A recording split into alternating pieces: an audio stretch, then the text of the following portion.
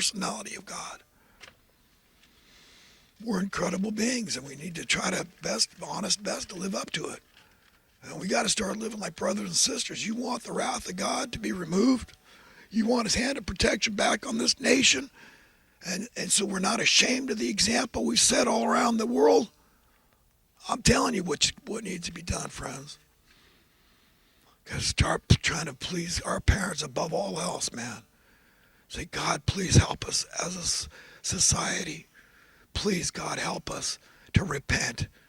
Please, to bind up the wounds on the collective body of humanity where it's hemorrhaging. Homeless. Suffering needlessly. What more needs to be told? It's needless. How many times you need to hear that word? It's needless. There's a glut of housing. What are you talking about? I didn't say affordable housing, but there's a glut of housing, vacant.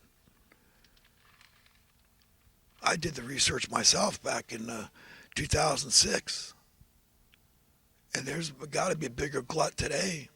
Back then, you could have housed every homeless man, woman, and child in America, and still had 90% of the vacant available housing for either rent or sale, and not even including hotels and motels across this nation. You could house them all and still have 90% vacancy rate left over. So yeah, we've been very productive. There's way more than that now. Probably like 95, 98, 99. But they didn't debase our money. They didn't take the worth of a dollar on it when you could live a middle-class life, be a homeowner, one person working in the family. In the early 60s, $1 an hour federal minimum wage. That's a fact. Look into it for yourself. Do your own research. I lived it. I remember it. To what it's worth now, be lucky if it's worth 2.5 cents. It's probably a lot. They've chiseled away at it so much, it's probably worth the equivalent of like a cent and a half if we're lucky. Really, literally. But they're there. They know that they've pushed the envelope as far as they can. That's why the Fed's finally just rumoring that they're going to raise the rates because they're afraid housing prices start dropping. That's money out of our pockets. So those mortgages belong to us. Those slaves belong to us. They're going to be paying us. It'd be rent slaves or mortgage slaves for all eternity. As the evil genius cackling, the Federal Reservists and the top politicians who have rubber stamped everything. They say like gospel, look to God, bow down to the Federal Reserve. Oh, you got the power of the purse. Oh, I know what side my bread is buttered on. I know who signs my paychecks. Ooh, Federal Reserve. Satan, it's Satan running America. They murdered JFK. He was getting rid of the Federal Reserve note. In fact, I got a silver certificate online. I'll show you what they look like. All right, check this out. Try to hold it so where it's in focus, but look at the top there. You read that? It is a silver certificate. Looks just about like $1, right? The back, very similar, right? But these are the notes I remember in 1s and 5s back in the early 1960s when JFK was president. He had reissued these things. And, in comparison, you see, this is the dollar now.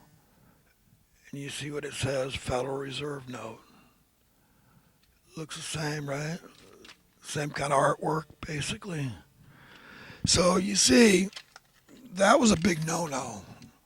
I mean, these evil men and the power of the purse is something they're not willing to part with. They love it. They love that power. It's irresistible to them, apparently. I mean, we'll say there's a whole slew of things I won't do for any amount of money, but not so with the people that are running the show.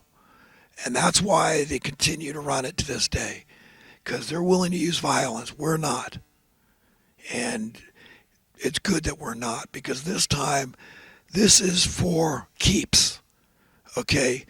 If we could take over this nation and this planet peacefully in the name of God and God's will being accomplished and achieved on earth, realized, actualized, then it will prevail in eternity. And that is what is promised. That is what Jesus prophesied. He called the renewal of all things. The earth is reclaimed by God and everything is renewed. The curse is taken away, all that organic suffering, all that crap is gone that I talked about earlier. And there can't be anything that's going to cause a problem anymore. And money has caused a big problem. It far too easily corrupts the hearts and minds of weak-minded men. They cannot resist it. They love it too much. And they forsake the only God that's worth a crap, and they go for that God, the God of this world. And that God is all about money and the power thereof. All right, friends, I'm going to quickly go on to some recent current events and other talking points I wanted to get into. I recently was listening to Don Henley's If Dirt Were Dollars. Check that out. It's a good song. I love that one. And the other one I like is In the Garden of Allah, the Garden of Allah. Garden of Allah. Listen to those tunes and tell me if you don't like them. But to me, these are profound and sophisticated. So they're for the that kind of taste bud, musically speaking. But the lyrics are, I dig them anyhow. But, I've been fervently looking for a girlfriend. I'm picky, I got to admit. The chemistry has to be there. She's got to be cute and all that. I mean, I can't help but be picky, And with my wife, my first wife, I was picky and I was very satisfied. But hey, she wasn't, so, sometimes you just gotta let it go. But the thing I'm wondering about is that I sometimes I struggle. I want to ask to see their original birth certificate. What's he talking about? Well, I don't know. Put two and two together. I mean, the day and age we're living in now. I just want to know that any girlfriend. I mean, that's me. Am I being too picky to say? Am I asking too much? Am I a bad man? See, I want to know that she was born a female. I don't know, but that's where we're at.